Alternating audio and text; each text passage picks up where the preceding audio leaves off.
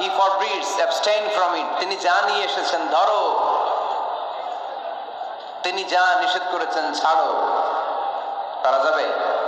আমি প্রশ্ন করি, উত্তর দেন। তিনি যা নিয়ে এসেছেন ধরো। আওয়াজ করে বলবেন, তিনি যা নিয়ে এসেছেন, তিনি যা নিষেধ করেছেন, এতেই কল্যাণ। দুনিয়াতেও কল্যাণ, আখিরাতেও কল্যাণ, ঠিক কিনা? যা নিয়ে এসেছেন এতে বারাকা, যা নিয়ে এসেছেন এতে কল্যাণ, যা নিয়ে এসেছেন এতে রাহমা। যেটাই নিষেধ করেছেন ওটার মধ্যে গজব, ঠিক কিনা? যেটাই নিষেধ করেছেন ওটার মধ্যে ক্ষতি, যা তিনি বারণ করেছেন ওইটাতে লস। আমরা লসের খাতায় নাম তুলতে চাই না। এজন্য আল্লাহর হাবিব সাল্লাল্লাহু আলাইহি ওয়াসাল্লাম যা নিয়ে এসেছেন আমরা সেটাই ধরবো।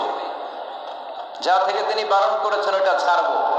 আমাদের মডেল হচ্ছে নবীরা, ঠিক কিনা? নায়ক নায়িকা, গায়ক গায়িকা, ক্রিকেটার, বিজনেস ম্যাগনেট, এরা আমাদের মডেল নয়। আমাদের মডেল হচ্ছে বিশ্বনবী মুহাম্মদ সাল্লাল্লাহু আলাইহি ওয়াসাল্লাম। ইউরোপে বর্তমানে এই নামটা সবচেয়ে বেশি জনপ্রিয়, MUHAMMAD। সুবহানাল্লাহ পড়বেন না? সবচেয়ে জনপ্রিয় নাম কি? মুহাম্মদ। কারণ ইউরোপের ইয়াং সোসাইটির, মুসলিম ইয়াং সোসাইটির ছেলেরা এমন ভাবে তারা দাওয়াতি কাজ করতে শুরু করেছে, বিষ্ণু ঈসা ইসলামের নামটা গোটা ইউরোপ জুড়ে ছড়িয়ে পড়েছে।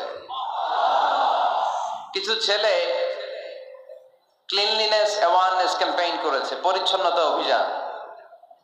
যেখানেই ময়লা ক্লিন করে, কিন্তু কোনো কথা বলে না। প্রত্যেক একটা টি শার্ট গায়ে দেয়, একটা গেঞ্জি পরে, ওই টি শার্টের পেছনে লেখা থাকে MUHAMMAD, মানে কি? মুহাম্মদ। যারাই তাদের কার্যক্রম দেখে তারা দেখে তাদের গেঞ্জির পিছনে লেখা MUHAMMAD। কি চমৎকার আইডিয়া! ইউরোপিয়ান লোকদের মাথায় চিন্তা, কারা এরা, এত ভদ্র কেন, কেন এত পরিচ্ছন্নতার অভিযান করে, আর তাদের গেঞ্জির পিছনে এই শব্দটা লেখা কেন, MUHAMMAD? Who is this? Who is this personality? We don't know anything about him. আমরা তো কিছু জানি না ওনার ব্যাপারে। Then they search in Google. তারা গুগল করে, ইন্টারনেটে সার্চ দেয়, মুহাম্মদ লিখে, ইন্টারনেট তাদেরকে মুহাম্মদ সাল্লাল্লাহু আলাইহি ওয়াসাল্লামের জীবনী দিয়ে দেয়। তারা মনের অজান্তেই বিশ্বনবীর জীবনী জেনে বিশ্বনবীর আশেক হয়ে যায়, বিশ্বনবীর প্রেমে পাগল হয়ে যায়। যাদের নসিব ভালো, অনেকে কালিমা পড়ে মুসলমান হয়ে যায়। এজন্য বিশ্বনবী সাল্লাল্লাহু আলাইহি ওয়াসাল্লাম তিনি হচ্ছেন আমাদের মডেল, ঠিক কিনা? তিনি যা এনেছেন সেটা আমরা ধরবো, তিনি যা নিষেধ করেছেন সেটা আমরা ছাড়বো। আমরা যদি আল্লাহর ভালোবাসা পেতে চাই, বিশ্বনবী সাল্লাল্লাহু আলাইহি ওয়াসাল্লামের আনুগত্যের দরকার আছে না নাই?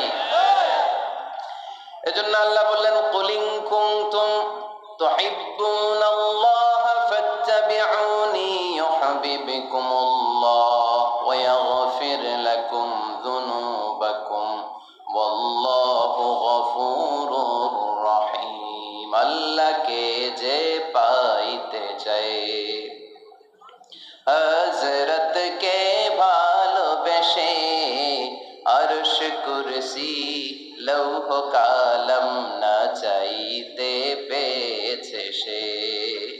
রাসূল নামের রশি ধরে যেতে হবে আল্লাহর ঘরে। নদী তরঙ্গে যে পড়েছে ভাই দরিয়াতে, সে আপনি মেশে হযরতের অনুসরণে আরশ কুরসি লৌহ কালাম না চাইতে পেয়েছে সে। সুবহানাল্লাহ পড়ে। এজন্য আল্লাহর হাবিব সাল্লাল্লাহু আলাইহি ওয়াসাল্লামের ভালোবাসা আমাদের অন্তরে থাকার দরকার আছে না নাই? আনুগত্যের দরকার আছে না নাই? তাহলে আল্লাহর ভালোবাসা পাওয়া যাবে, ঠিক কিনা? আজকে আমরা কোরআনের আলোকে আল্লাহর হাবিব সাল্লাল্লাহু আলাইহি ওয়াসাল্লামকে চিনবো। আমরা কোরআন থেকে জানার চেষ্টা করব তিনি কেমন ছিলেন, কেমন ছিলেন আমার প্রিয় রাসূল।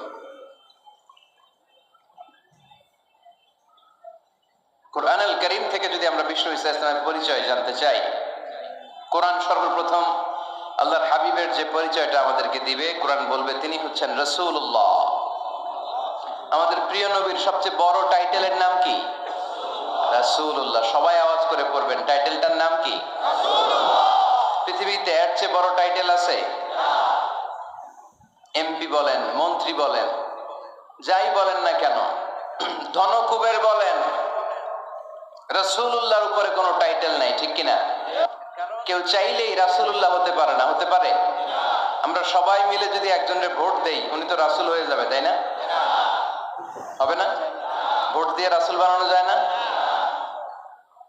আমাদের মানব জাতির সাথে যদি জিন জাতি একাত্মতা পোষণ করে, মানব জাতি আর জিন জাতিও যদি ভোট দেয়, তাহলে তো রাসূল হবে। ফেরেশতারা যদি বলে আমরাও আছি সাথে, তাইলেও রাসূল বানানো যাবে না। তার মানে রাসূল ইলেকশনে হয় না, রাসূল হয় সিলেকশনে। আর সিলেক্ট করেন কে? আল্লাহু ইয়ালামু হাইসু ইয়াজআলু রিসালাতা। আল্লাহই ভালো জানেন তিনি কাকে রাসূল বানাবেন। এজন্য চাইলেই রাসূল হওয়া যায় না, ভোট দিয়ে রাসূল বানানো যায় না। রাসূল সিলেক্ট করেন একজন, চিল্লায় বলেন তিনি কে? এজন্য কালামুল্লাহ মাজিদে বিশ্বনবীর সর্বপ্রথম যে পরিচয়টা পাওয়া যায়, কোরআন আমাদের সামনে আমাদের নবীর পরিচয় করিয়ে দিচ্ছেন, মুহাম্মাদুর রাসূলুল্লাহ ওয়াল্লাযীনা মাআহু আশিদ্দাউ আলাল কুফফারি রুহামাউ বাইনাহুম। কোরআন সর্বপ্রথম বিশ্বনবীর পরিচয় আমাদের সামনে তুলে ধরলেন আর বলল, কোরআন আমাদেরকে জানিয়ে দিল আমাদের প্রিয় নবীর প্রথম টাইটেল হলো তিনি হলেন রাসূলুল্লাহ সাল্লাল্লাহু আলাইহি ওয়াসাল্লাম। তাহলে আল্লাহর হাবিব